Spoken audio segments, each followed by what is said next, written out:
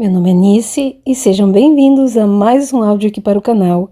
E hoje nós teremos o capítulo 28 e 29 do livro Renascer da Esperança.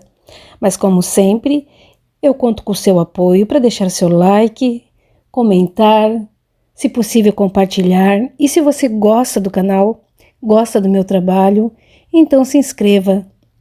Isso não custa nada para vocês e para mim é muito importante, me ajuda muito.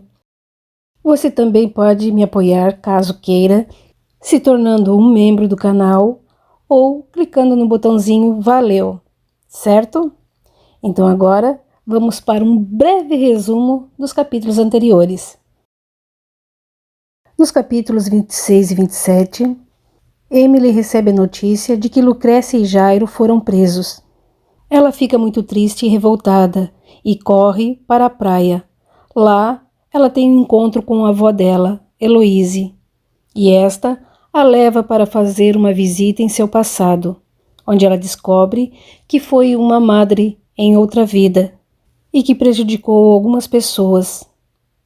E entende também o motivo das entidades que a perseguem estar junto dela. Agora que você relembrou dos capítulos anteriores, vamos para o capítulo 28. Enquanto a avó desaparecia, Emily pôde perceber outras entidades, em condições deploráveis, que a meia distância lhe dirigiam impropérios e ameaças. Pela primeira vez, em plena consciência, via aquelas tristes figuras. Entretanto, tomada de um novo sentimento, ela pediu a Deus que a amparasse e também aquelas criaturas. Sentada, fitava longamente o mar e o entardecer, que se fazia majestoso e belo. Elevou o pensamento a Deus, sentindo uma leveza interior antes desconhecida, e agradeceu ao Criador pela vida. Deleitava-se com a beleza do mar, quando de súbito se lembrou de Lucrécia. Levantou-se então decidida, com forças renovadas e intensa vontade de prosseguir, de lutar e de viver. Voltou para a casa dos amigos que a abrigavam e os encontrou reunidos na sala. Sara abraçou-a carinhosa. Estava preocupada com você, Emily. Onde esteve? Algo aconteceu comigo esta tarde. Depois de caminhar até esgotar minhas energias, adormeci. Acho que sonhei com minha avó, Heloise. Ela me levou a algum lugar de que não me recordo. Tenho apenas fragmentos de imagens em minha mente. Sinto que depois desse inexplicável encontro, novas emoções me envolvem, como se emergissem de algum lugar dentro de mim mesma. Sei agora que estou onde deveria estar e tenho de prosseguir nesse caminho em que a vida me colocou. Será que consegue me compreender, Sara? Posso compreendê-la muito mais do que imagina. Agora, sente-se aqui ao meu lado. Precisamos dizer-lhe algo. Emily percebeu que toda a família de Sara a olhava de forma diferente.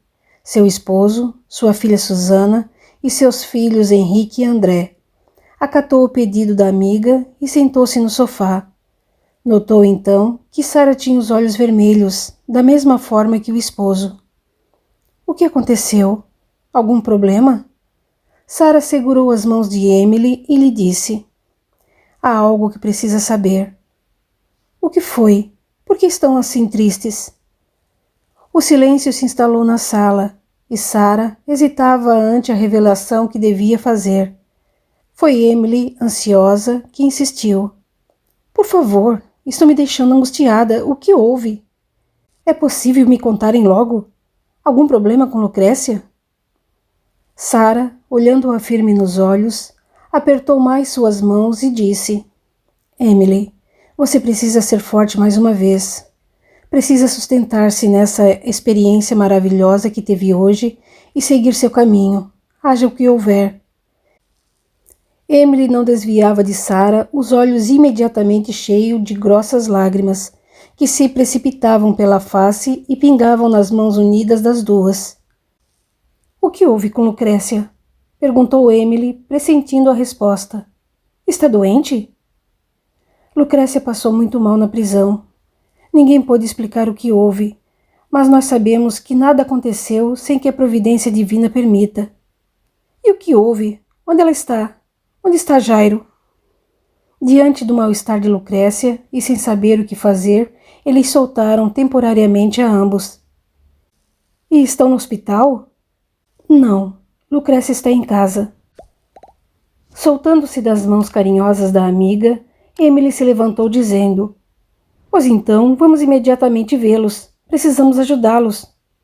Emily, sente-se, por favor. Não, precisamos ir já. Há amigos nossos lá agora, e logo nos juntaremos a eles. Mas antes, precisa saber que Lucrécia está realmente muito mal. E por que não está no hospital? Emily, não há esperanças de recuperação. O médico aconselhou Jairo a deixá-la em casa. Meu Deus, não é possível. Na última vez que a vi, estava tão bem. As lágrimas não cessavam de descer pela face de Emily, que começava a revoltar-se pela situação daquela que tanto a ajudara. De repente, viu a figura doce de Lucrécia, envolvida por suave luz, entrar pela sala. Espantada, observou os outros à sua volta, buscando verificar se também a viam. Sara correspondeu com a cabeça e disse: Ela veio ver-nos em espírito. Lucrécia, olhando melancolicamente para Emily, falou: Não se atemorize, nem desanime. Nunca se esqueça de que está na terra por uma razão. Portanto, prossiga realizando e construindo, confiando em Deus e apoiando aqueles que de você necessitam, ainda que lâminas afiadas da maldade e da incompreensão a firam. Lembre-se de que somos sempre testados em que já erramos. Portanto, haja o que houver, não desista. Deus estará amparando através de muitos mensageiros. Aproveite a oportunidade que Ele lhe concedeu e prossiga confiante. Emily chorava, profundamente comovida. Lucrécia aconselhou: Não chore. Sinto intensa paz em meu coração. Deixo a terra consciente de que cumpri meus deveres para com o Criador. Embora a dor me visitasse muitas vezes, Deus, bom e misericordioso, abriu portas e mais portas de consolo e amparo, ajudando-me a cruzar a jornada com êxito. Desejo agora que Ele a proteja e fortaleça. Lucrécia se dirigiu a Sara. Obrigada, querida amiga, por ter sido as mãos de Deus sobre a terra a me socorrer. Deus a abençoe. Emily tentou dizer alguma coisa, porém a imagem desapareceu em meio ao grupo. Ela olhou desesperada para Sara, em busca de uma explicação diferente da que já sabia.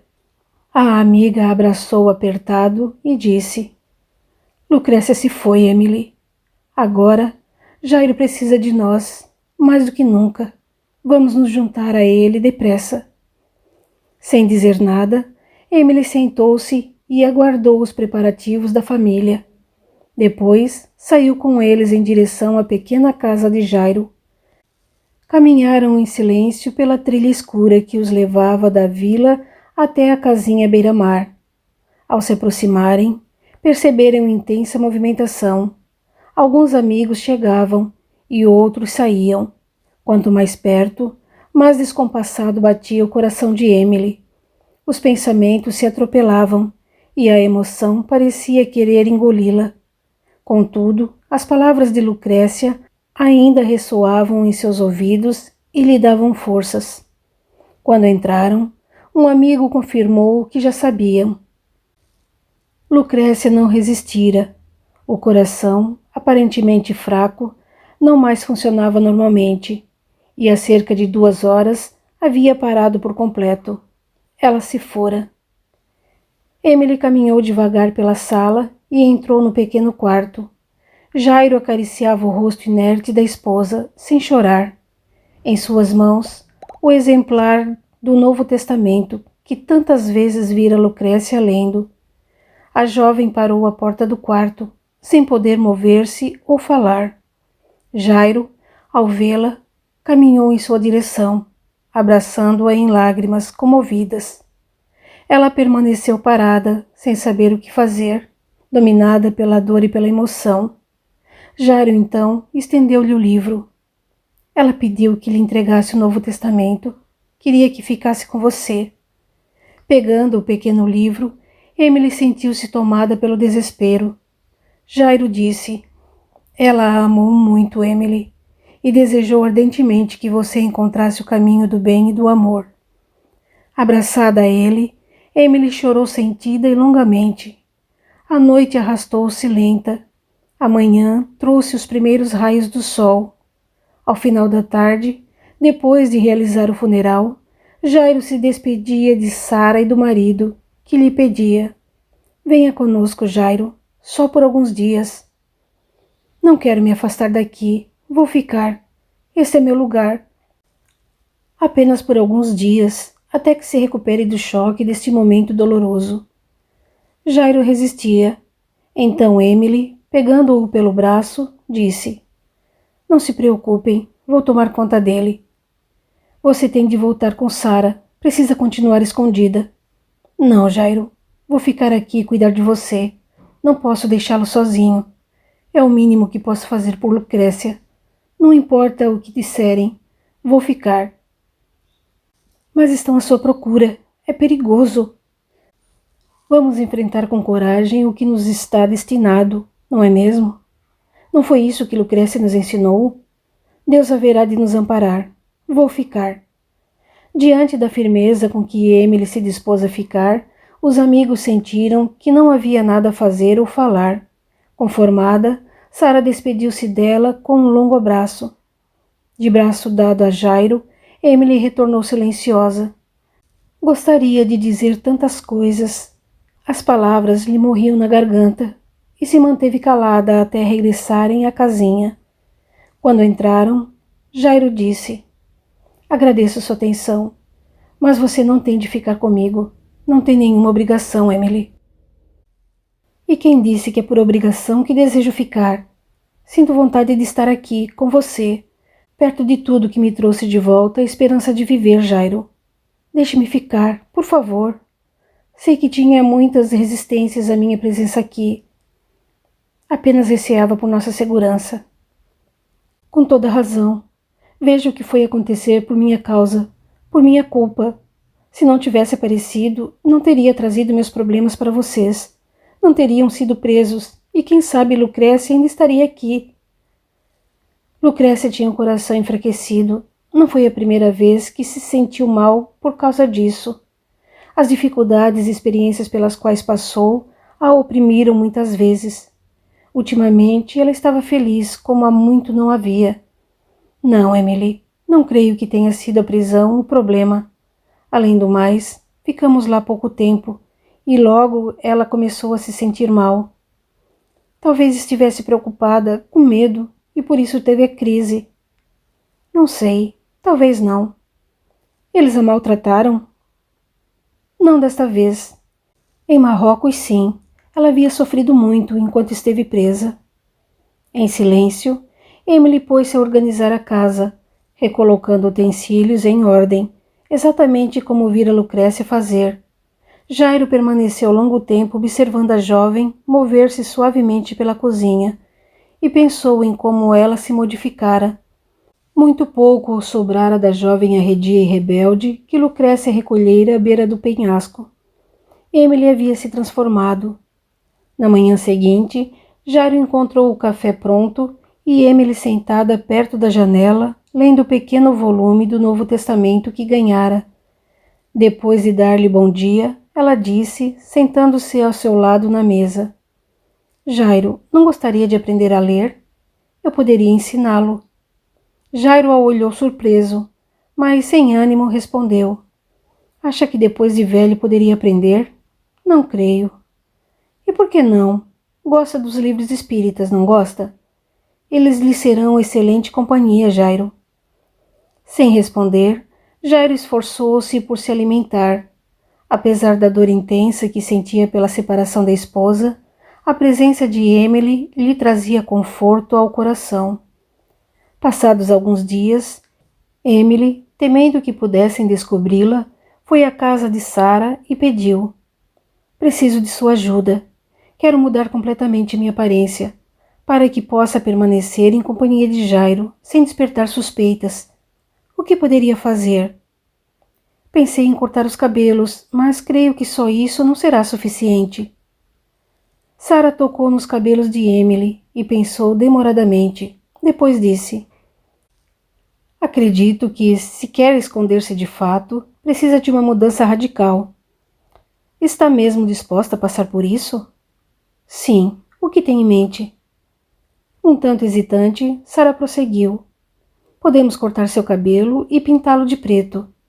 Depois, podemos comprar roupas e calçados masculinos, para que se vista como um homem. Acha muito complicado? Não, acho uma ótima ideia. Embora saiba que isso não vai impedir que me encontrem, certamente vai dificultar. Para todos, posso fazer-me passar por um parente que veio fazer companhia a Jairo após a morte da esposa. Acho que pode funcionar. Então vamos imediatamente à ação. Venha, sente-se aqui. Vou cortar seu cabelo exatamente como corto o do meu filho. Emily, sem vacilar, sentou-se e se entregou às mãos habilidosas da amiga. Sarah modelou-lhe os cabelos num corte masculino. Rapidamente estava pronto. Emily observava as mechas de cabelos que caíam e sentia subir-lhe um nó na garganta. Porém, resoluta, respirou fundo e manteve-se calma. Finalmente Sarah disse: pronto, acho que ficou bom. Foi até o quarto e retornou com um espelho redondo nas mãos. Depois, colocando-o diante do rosto de Emily, perguntou: o que acha? Emily mirou-se no espelho e surpreendeu-se. Ficou ótimo. Estou mesmo diferente. Depois de se observar durante algum tempo, disse: bem, vamos prosseguir. Tem a tinta para mudarmos o cabelo? Não, isso terá de esperar. André irá à província amanhã pela manhã. Pedirei a ele que traga a tinta e também algumas roupas para você. Se quiser vir amanhã à tarde, concluiremos o que começamos hoje. Na tarde seguinte, no horário combinado, Emily estava novamente sentada e entregue às mãos de Sarah, que lhe tingiu os cabelos de negro. Ao final, o ritual do dia anterior se repetiu. Sarah, com o espelho nas mãos, mostrava à jovem sua nova aparência. Ao fitar-se, Emily surpreendeu-se ainda mais.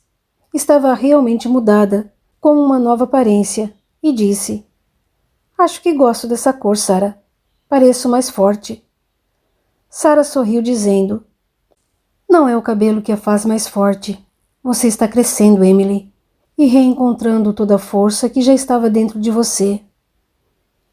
Assim espero, Sarah, pois sei que vou precisar muito disso. Quero minha filha de volta e vou lutar por ela. Não vou mais desistir. Os conhecimentos que venho adquirindo estão me esclarecendo muito, e o Evangelho vem me dando força interior para acreditar e perseverar. Não sei ainda por onde devo começar, e por ora aguardarei a orientação, que sei chegará no momento oportuno. Precisa se manter firme, aberta às orientações e com o coração cheio de esperança. É isso mesmo. Viu como você está mais forte? Nada à sua volta mudou. Ou melhor, ocorreram mais problemas e dificuldades. Só que agora você está diferente. Com certeza irá encontrar o que procura e, com a bênção de Deus, alcançará seus objetivos. Emily concordou sorrindo e disse: e as roupas? Conseguiram? Aqui estão, 2 calças e 2 camisas. Foi o que podemos trazer. Assim que for possível, não é necessário mais do que isso. Já posso me virar bem. O importante é que continue oculta aos olhos daqueles que me procuram. Se me encontrarem agora, não sei o que poderei fazer. Não tenho um plano claro e ficaria tudo mais difícil. É bom estar preparada, inclusive com mais informações sobre o que de fato aconteceu naquela noite. Emily refletiu e ficou longo tempo em silêncio. Seu coração entristeceu-se, mas ela lutou intensamente para não desanimar, e levantando-se de um salto, disse: você tem razão, há muito a ser feito. Obrigada mais uma vez, Sarah. Cada vez mais compreendo o grande carinho e a confiança que Lucrécia nutria por você. Agora tenho de ir. Pensei que fosse jantar conosco. Não posso. Jairo está sozinho e fiquei de preparar-lhe o jantar. Sara, percebendo o carinho que Emily manifestava pelo amigo, não insistiu mais. Emily se despediu e, vestida com roupas masculinas, dirigiu-se à pequena casa de Jairo, à beira-mar. Quando ele a viu entrar, espantou-se, sem reconhecê-la. Posso ajudá-la em alguma coisa, rapaz? Não está me reconhecendo, Jairo? Emily, não reconheci você, mas a sua voz é inconfundível. O que você fez, minha filha? O que fez com seu cabelo? E que roupas são essas? Ora, Jairo, preciso continuar aqui sem ser reconhecida. Achei melhor tomar algumas providências que contribuam. E me parece que funcionou. Não estou mesmo irreconhecível? Olhando com atenção, e sobretudo depois de ouvir sua voz, fica mais fácil reconhecê-la. Mas a princípio não reconheceu. Não, a princípio não. Ótimo, já é alguma coisa. Bem, vamos ao jantar. Jairo permaneceu longo tempo observando Emily, que se movimentava pela cozinha, preparando o jantar. Lembrava-se dela nos primeiros dias em sua casa, sem esperanças e totalmente abatida. Não era nem a sombra da jovem que tinha diante de si. Que mudança em tão pouco tempo! Fazia mais de 5 meses que chegara e as mudanças eram notórias. Acompanhada de Jairo, ela continuou participando do pequeno grupo de estudos. Ao terminar o livro dos espíritos, leu outro, assim como devorava as revistas espíritas que Sara lhe emprestara. Deixava-se envolver pela luz que os estudos lhe traziam, compreendendo cada vez melhor o que se passara em sua vida, até aquele momento. Frequentando as reuniões com sincero interesse em aprender, sentia-se mais e mais equilibrada. À medida que se deu conta de que suas crises eram influências espirituais de inimigos do pretérito, foi capaz de assimilar o fato com rapidez e, estudando mais intensamente, buscava na oração o perdão daqueles que a perseguiam. Lia diariamente com especial carinho o Novo Testamento que a amiga lhe deixara. Não se separava dele nunca, e, a exemplo dela, o lia todas as manhãs. Emily sentia que os ensinamentos de Jesus nunca haviam sido tão claros para ela. Nunca as lições haviam penetrado em sua alma com tal profundidade e nunca antes tivera tanta necessidade de colocá-las em prática. O Espiritismo lhe descortinava respostas para as questões que a haviam torturado por muitos anos. Isso lhe trazia paz e serenidade e a ajudava também a compreender a doutrina de Jesus. E agora ela enxergava que, sem praticá-la, pouco ou quase nada adiantaria, tão somente conhecê-la. Além disso, sentia lentamente brotar dentro dela novas energias que lhe traziam esperança para continuar procurando reconstruir sua vida. Em muitas ocasiões, sentia a presença ameaçadora dos antigos adversários espirituais, mas aprendeu a levá-los em oração até Deus e passou a ter maior controle sobre si mesma. As crises que a dominavam passaram a acontecer somente nas reuniões, quando então ela servia de intermediária aos espíritos esclarecidos que traziam importantes conhecimentos ao grupo, contribuindo para o crescimento de todos. Desse modo, se dava utilidade àquilo que ela tanto temera e de que fugira anos seguidos. Enquanto aprendia, ensinava a Jairo a ler. Ele se desenvolvia rapidamente e, em pouco tempo, já estava lendo sozinho as primeiras páginas de O Livro dos Espíritos. Emily ficava satisfeita quando, caminhando pela cozinha no preparo de algumas refeições, ouvia Jairo a ler na varanda, ainda que com dificuldades, as primeiras palavras. Sabia quanto isso era importante para o amigo e se sentia feliz em ajudar. Capítulo 29. Sem dificuldade, Emily incorporou o personagem que criara, fazendo-se passar por um sobrinho de Jairo, e assim o auxiliava quando podia. Naquele dia, logo após o almoço, Jairo iria até a província negociar com compradores as condições do pescado para a temporada. Quando se sentava para almoçar, ela disse: Jairo, gostaria de acompanhá-lo à cidade. Acho muito perigoso, Emily. Ainda há cartazes estampando seu rosto por toda parte. Olhe bem para mim, Jairo. Observe. Estou olhando. O que vê? O quê? Jairo, até nossos amigos demoraram a me reconhecer quando cheguei assim, de cara nova, pela primeira vez em nosso grupo de estudos. Se para eles que convivem comigo não foi muito simples, imagine para aqueles que não me conhecem. Acho que eu e Sarah fizemos um ótimo trabalho. Não irão me reconhecer. Emily, realmente você está bastante diferente, mas acreditar que está irreconhecível é um exagero. Você pensa assim porque está todo o tempo comigo e me conhece bem. Já aqueles que não sabem quem sou não terão facilidade em me identificar. Além do mais, imagine se vão pensar que uma mulher fugitiva apareça andando pela cidade. Acho que a imaginação das pessoas não vai tão longe. Não sei não. Creio que Lucrécia não aprovaria, e ela sabia das coisas. Ao ouvir o nome da amiga, Emily calou-se, pensativa. Depois disse: Sinto saudade. Gostaria de poder fazer mais por ela, retribuir de alguma forma tanto bem que ela me fez. Jairo permaneceu em silêncio, olhos rasos d'água, lembrando-se da esposa com extremo carinho. Emily insistiu. Vou com você. Por que se arriscar tanto, Emily? Já não há risco suficiente em você ficar aqui, onde já foi procurada? O que deseja fazer na cidade? É perigoso. Deixe que o tempo passe e que a lembrança esmaeça. Espere ao menos que não haja anúncios com sua foto pela província. Não creio que cessarão. Por quê? Você não conhece aquela família, Jairo. Eles nunca desistem. São tenazes em suas decisões. Os dois terminaram o almoço calados. No final, Jairo disse: Se nunca desistem, é mais um motivo para que você não se arrisque. Por que querem tanto você de volta? E depois de prolongado silêncio de Emily, ele perguntou diretamente: Afinal, o que aconteceu naquela noite, Emily? Não sei ao certo, Jairo. Ainda tenho dúvidas sobre meus atos.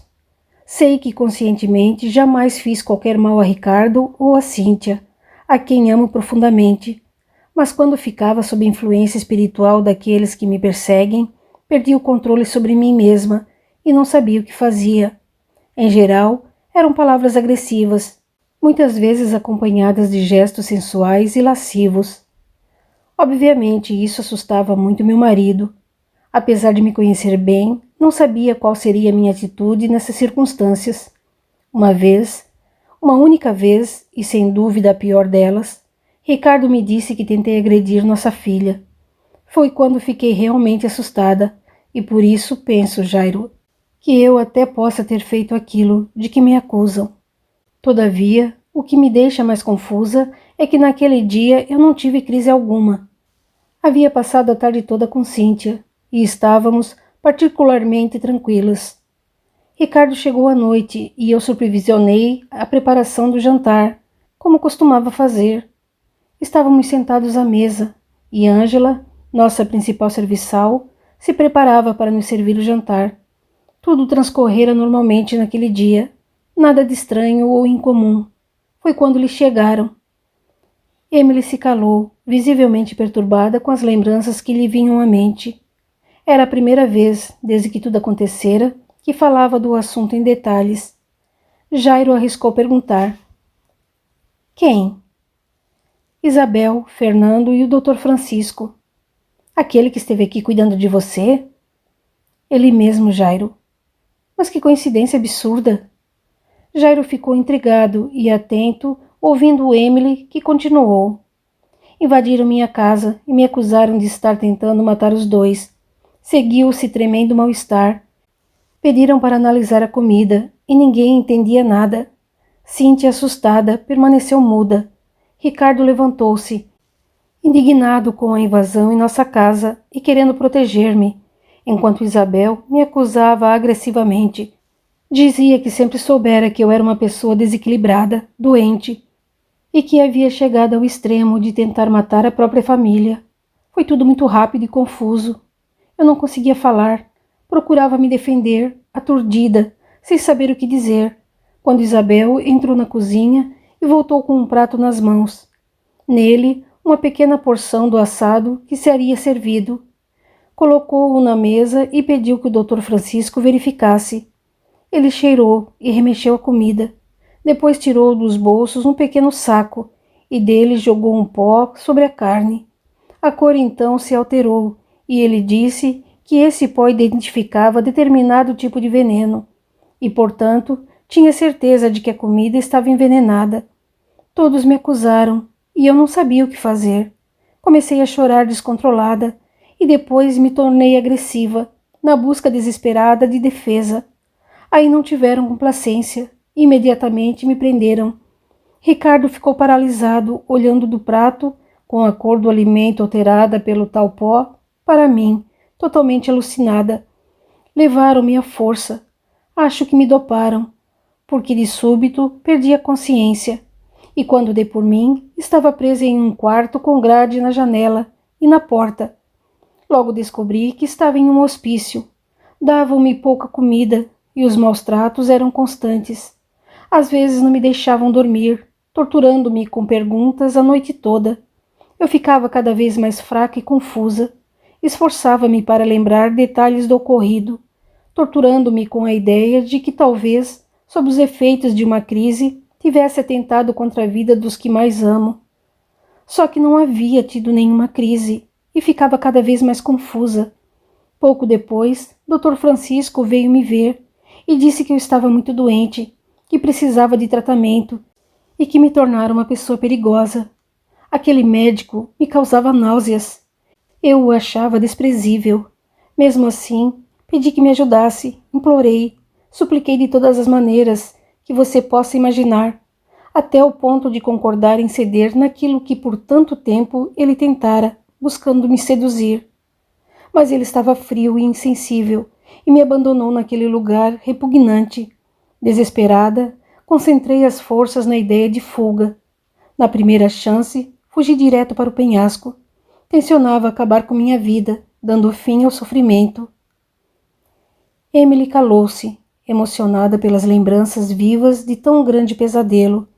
Jairo acariciou seus cabelos com carinho. Ela sorriu, retribuindo a compreensão do amigo, e depois disse: Como estava enganada, Jairo.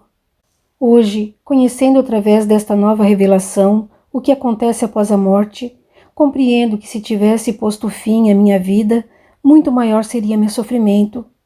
Graças a Deus, e somente a Ele, Lucrécia me encontrou a tempo. Se não fosse por ela, e pela voz de minha filha que ouvi nitidamente naquele dia, teria terminado com tudo. Que bom que essa desgraça não aconteceu. Você está aqui, viva, e com certeza irá superar todas as dificuldades. Sim, hoje sei que existe esperança e que tudo tem um sentido, uma explicação. Destemida, levantou-se dizendo: E chega de lembranças tristes. Quero olhar para a frente, para o futuro. Encontrei alento nesses novos conhecimentos. Quero aprender mais e compartilhar com outros essa boa nova. Jairo, satisfeito, arrematou. E vai conseguir, minha filha, vai conseguir. Lucrécia sabia que devia ajudá-la, o que custei a compreender. Agora, constatando as transformações em sua vida, começa a enxergar o que ela já vira. Agradeço a Deus todos os dias por vocês terem me acolhido, Jairo. Sem responder, ele tocou suavemente as mãos de Emily. Depois, se levantou e começou a se preparar para partir. Pretendia estar na cidade pelo meio da tarde. Era noite alta quando retornou. Emily, que tentava ler para se distrair da preocupação, pôs-se de pé assim que o viu entrar.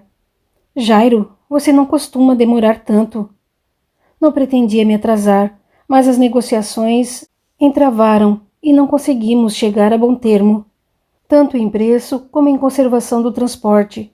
Eles querem que eu passe a me responsabilizar pelo transporte daqui até Bilbao, o que será muito difícil.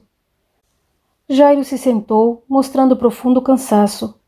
Emily o observava atentamente, ao lhe servir o jantar. Não sei o que fazer. Acabei deixando os compradores sem definição, pois não posso aceitar o que estão querendo e não consigo pensar em nada para propor-lhes. Enquanto não resolvermos o impasse, ficarei sem vender, a não ser o pouco que se consome aqui mesmo, na vila. Só que é tão insignificante que não poderemos comprar nem mesmo o básico. Não sei o que fazer. Ele permanecia cabisbaixo. Emily ficou calada, vendo-o comer. Depois disse: Jairo, você não tem um amigo influente em Barcelona que muitas vezes o ajudou? Sim, Miguel. Então vamos até Barcelona. Procurar Miguel é uma boa ideia. Ele é experiente e sempre consegue as melhores negociações. Parece-me a única alternativa neste momento. Pois está decidido. Amanhã mesmo partiremos para Barcelona. Mas você não pode vir comigo, Emily. Já conversamos isso hoje. É muito perigoso. Emily sentou-se mais perto do amigo e, tocando-lhe suavemente as mãos, disse: Aprecio seu cuidado, porém não posso ficar aqui para o resto da vida, Jairo. Há muita coisa que preciso fazer. Tenho recebido muitas orientações, você bem sabe, e além do mais, sinto dentro de mim que há muito a ser feito. Devo aceitar o compromisso que me foi revelado pelos conhecimentos espíritas e colocar-me à disposição para fazer o que for necessário, o que estiver ao meu alcance. Enfim. Jairo acompanhava o raciocínio da jovem com extrema atenção. Entretanto, para que possa contribuir de alguma forma, preciso parar de me esconder, resolver minha vida, reconquistar minha liberdade, esclarecer tudo o que aconteceu, mesmo que para isso tenha de voltar à prisão e responder à justiça. Se realmente causei ou tentei causar algum mal, preciso esclarecer tudo e aí então recomeçar minha vida, assumindo minhas responsabilidades. Tem certeza, Emily? Absoluta. Quero acompanhá-lo a Barcelona e retomar a minha história. Sei que só enfrentando meu destino poderei superar o passado. Confio que terei toda a ajuda de que necessito. Não tenho mais dúvida quanto a isso. E pretende procurar seu marido? Ainda não. Quero voltar à cidade, ver como me sinto e retornar aos poucos. Apesar de decidida, sei que ainda tenho muitas fragilidades, muitas recordações, algumas mágoas. Tudo isso ainda está dentro de mim. Se estiver certa de que quer correr todos os riscos, concordo que venha comigo. Partiremos bem cedo. Imediatamente, após terminar a organização da casa, se recolheu. Estava ansiosa e custou a adormecer. Embora desejasse rever a cidade onde vivera por anos e, quem sabe, até reencontrar a filha, um temor indefinido rondava-lhe a mente, e ela chegou a pensar se não devia aguardar mais algum tempo. Mesmo assim, ignorou seus receios e persistiu na decisão. Algo lhe dizia que deveria acompanhar Jairo e ela estava aprendendo a ouvir e respeitar seu coração, sua intuição. Finalmente adormeceu. Antes do nascer do sol, Emily e Jairo estavam a caminho. Ao chegarem a Bilbao, Jairo providenciou os bilhetes para a viagem até Barcelona. Emily, vestida com roupas masculinas, acabara de subir na carruagem e mal se acomodara quando ouviu uma voz conhecida. — Pretende viajar, Jairo? Jairo se virou e deparou com Pimentel. A figura do homem lhe causava desconforto. Refletiu por alguns instantes. Depois disse: Vou a Barcelona para resolver problemas de negócios, mas retorno brevemente. Sei. Entretanto, sabe que não pode se ausentar da cidade. Não pretendo me ausentar. Estive aqui disponível o tempo todo. Nunca me neguei a comparecer quando solicitado. Estou à inteira disposição da justiça, delegado. A propósito, a jovem ainda está desaparecida? Infelizmente, a família aumentou a recompensa por informações que levem ao seu paradeiro, e até agora nenhum fato novo nos ajudou. Por acaso ela não esteve em sua casa ao saber da morte de sua esposa? Como haveria de saber da morte de minha esposa? Ela foi embora logo que melhorou um pouco e nunca mais... Sem esperar que Jairo terminasse, Pimentel se dirigiu à porta da carruagem e olhou para dentro. Havia duas senhoras sentadas de um lado e um jovem sozinho do outro. Pimentel cumprimentou as duas senhoras que conhecia e, percebendo que não vira o rapaz antes, lhe perguntou: "Quem é você, rapaz? Nunca o ouvi por aqui." Emily, com o coração descompassado, permaneceu calada. Não imaginara o que fazer naquela situação. No impulso, fez sinal negativo com a cabeça, mostrando a boca, como indicador que não podia falar. Jairo apressou-se em responder: "Esse é Mário, um sobrinho que veio me fazer companhia assim que Lucrécia... O senhor sabe." "Acho que ouvi algum comentário a respeito." "E ele não fala?" "Não, é mudo de nascença. Ouve, mas não pode falar. Veio ajudar-me com a pesca." "O senhor não ignora que minha esposa, além de ser dona de casa, ajudava-me muito com o meu trabalho." Pimentel, desconfiado, observava Emily. Ia fazer mais perguntas, quando seu auxiliar chegou ofegante. "Delegado, precisa me acompanhar. Uma briga de bar. Depressa." Contrafeito, Pimentel argumentou com o auxiliar: "Vá à frente, depois eu vou." "É gente importante, senhor. É melhor vir logo." Ainda contrariado, Pimentel cedeu à pressão, não sem antes perguntar a Jairo: "Quando voltam?" "Em alguns dias." "Assim que retornar, quero falar com você. Daremos prosseguimento às investigações. Precisamos de alguma pista, algo que nos leve até a maluca. E depressa." "Estou à disposição." "Veremos. Aguardo seu regresso. Se demorar, vou em seu encalço." Sem dizer mais nada, Pimentel seguiu o auxiliar e desapareceu. Jairo acomodou a mala e também subiu. A carruagem partiu para a longa viagem. Depois de se ajeitar, Jairo olhou para Emily, que, pálida, conservava a cabeça baixa. Sabia que não poderia proferir uma só palavra ao longo de toda a viagem, e espiava de canto de olho as duas senhoras, que também os examinavam. Em uma das pausas da viagem, longe delas, Jairo disse a Emily: "Não imaginava que ele estivesse por ali tão cedo. Que homem! Dir-se-ia que está em toda parte. Parece até que adivinha." "Adivinha ou é sugestionado, Jairo?" "É verdade. Nunca podemos nos esquecer." "Nunca." A viagem prosseguiu tranquila e, com exceção do desconforto causado pelo silêncio, foi uma agradável jornada. A paisagem era exuberante.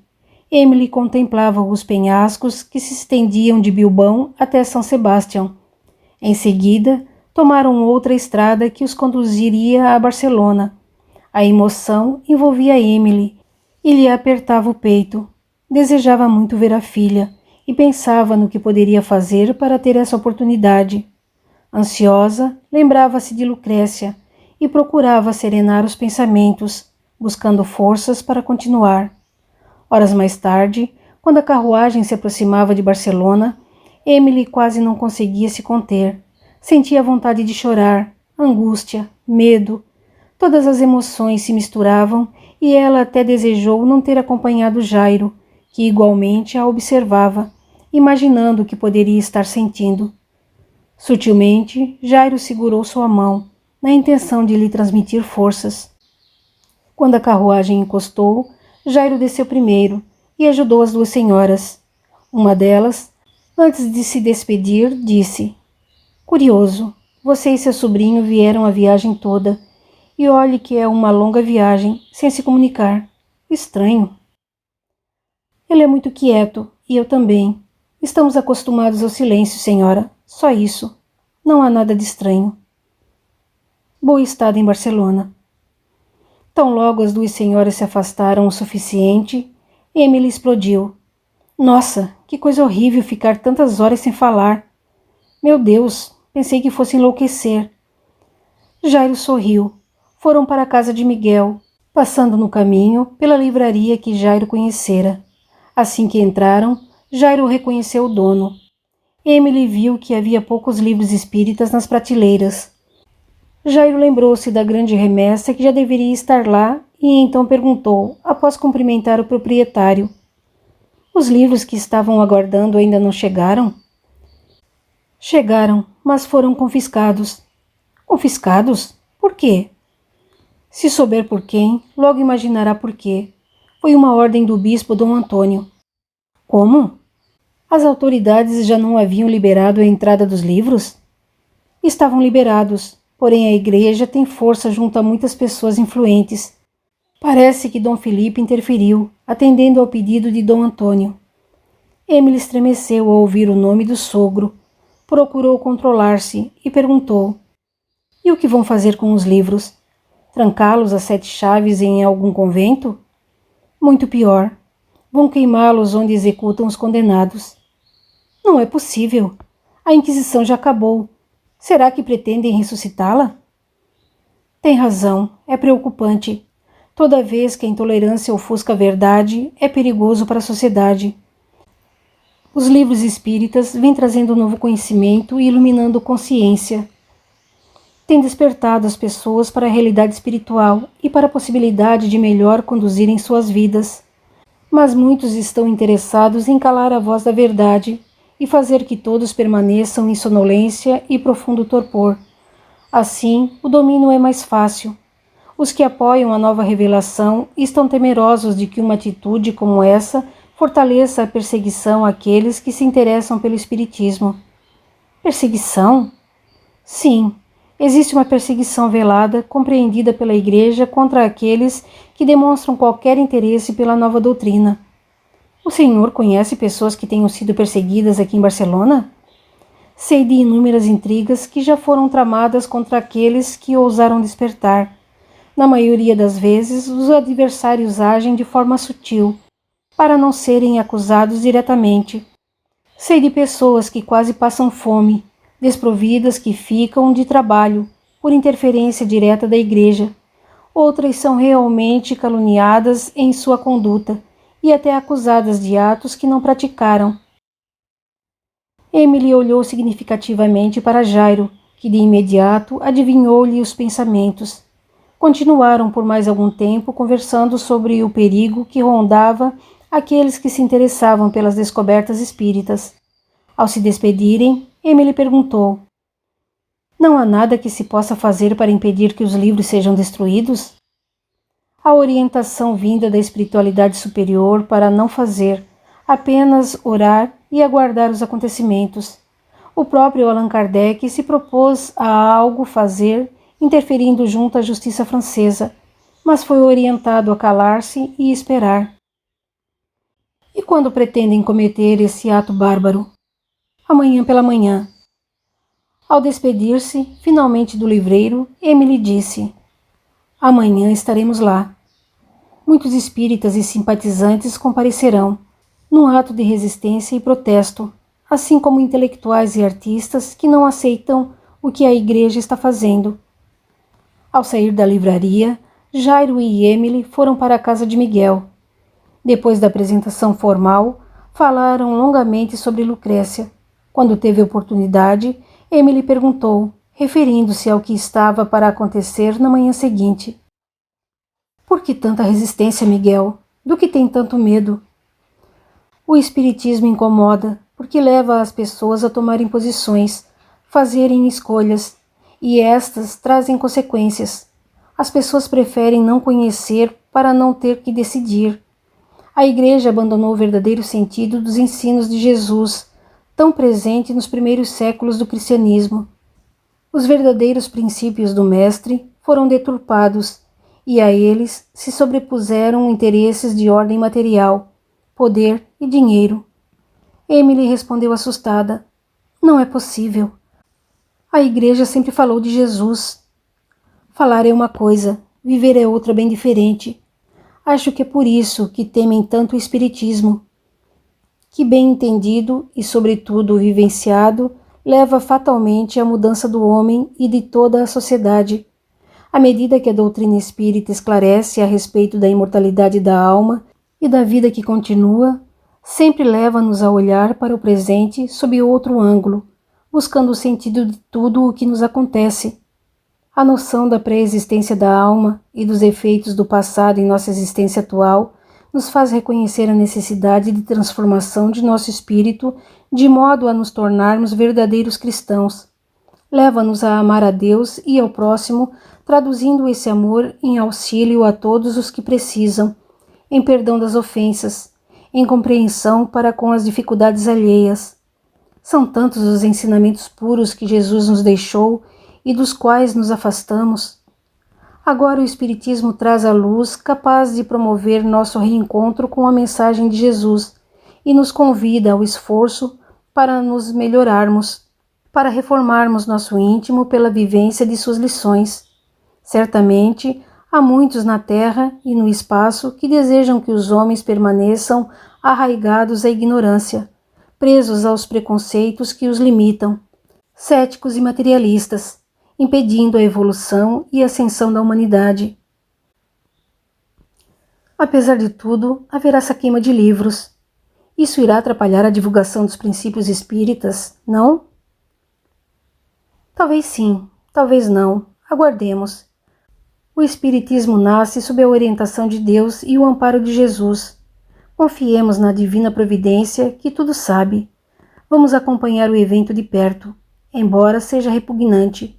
Gostariam de ir conosco? Emily antecipou-se na resposta. Sem dúvida. Os três seguiram conversando por longo tempo. Miguel mostrou a Emily o trabalho de assistência aos aflitos e necessitados que estavam desenvolvendo, o que a tocou profundamente. Continua no capítulo 30. Até lá!